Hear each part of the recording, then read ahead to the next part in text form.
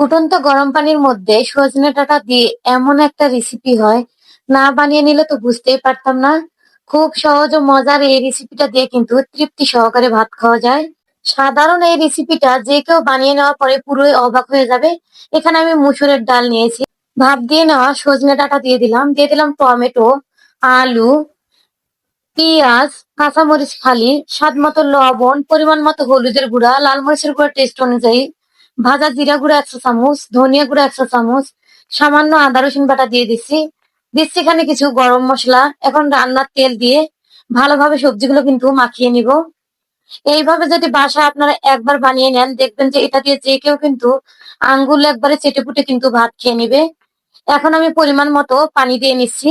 আর আমি যে কোনো তরকারিতে একবারে পানিটা দেওয়ার চেষ্টা করি, কারণ দ্বিতীয়বার পানি দিলে কিন্তু তরকারির কালারও নষ্ট হয় আর তরকারির স্বাদও হয় না। তরকারিটা আমি চুলাতে বসিয়ে দিয়ে এখন আমি এখানে নিয়ে নিচ্ছি পেঁয়াজ, কাঁচামরিচ কুচি, লাল মরিচ গুঁড়া, দিয়ে দিলাম এখানে ভাজা জিরা গুঁড়া, ধনিয়া গুঁড়া। এখন আমি হাত দিয়ে চটকিয়ে নিচ্ছি ভালোভাবে। এই রেসিপিটার সঙ্গে কিন্তু আমি ডিম ভেজে নিব। আমি ডিমগুলো এখন 4টি ডিম নিয়েছি, ডিমগুলো আমি ফেটিয়ে নিচ্ছি। আর কাঁটা চামচের সাহায্যে সবসময় ডিমটা কিন্তু ফেটিয়ে নেওয়ার চেষ্টা করবেন, তাহলে দেখবেন যে ডিমটা কিন্তু খুব সহজেই কিন্তু ফেটিয়ে নেওয়া যায়। এদিকে কিন্তু সজনে ডাঁটাটা আমার অনেকটা ফুটে ওঠার পরে কিন্তু ডালগুলো সিদ্ধ হয়ে গেছে। ঢাকনা দিয়ে তরকারিটা আমি আরো কিছুক্ষণ রান্না করে নিব। চুলা আঁচটা লো করে দিয়ে এদিকে আমি ডিমগুলো কিন্তু ভেজে নিচ্ছি।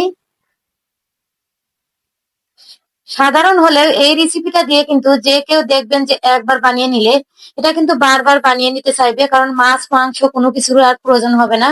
এক তরকারি দিয়ে কিন্তু আপনারা তৃপ্তি করে ভাত খেতে পারবেন।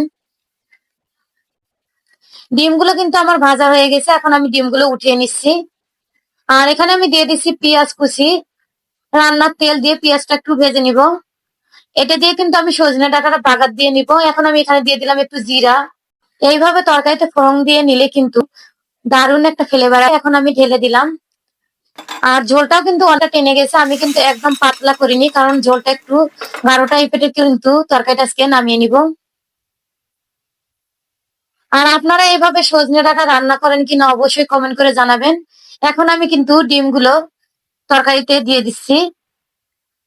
ভেজে রাখা ডিমগুলো দেওয়ার কারণে কিন্তু দেখবেন যে একবারে রসে কিন্তু টইটুম্বুর হয়ে গেছে ঝোলটা ঢুকে। আমার তো মনে হয় যে এই তরকারিটা রান্না করলে অন্য কোনো আর তরকারির প্রয়োজনে হবে না। এখন আমি এটা আপনাদের পরিবেশন করে দেখিয়ে দিচ্ছি। খুবই মজার হয়েছিল এই রেসিপিটা।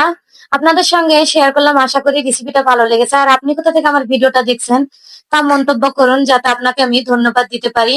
খুব সহজ ও মজার রেসিপি পেতে চাইলে আমার চ্যানেল ও পেজটিকে ফলো করে রাখতে পারেন। সবাই ভালো থাকবেন, সুস্থ থাকবেন। আজকের মতো এই পর্যন্ত। আল্লাহ হাফেজ।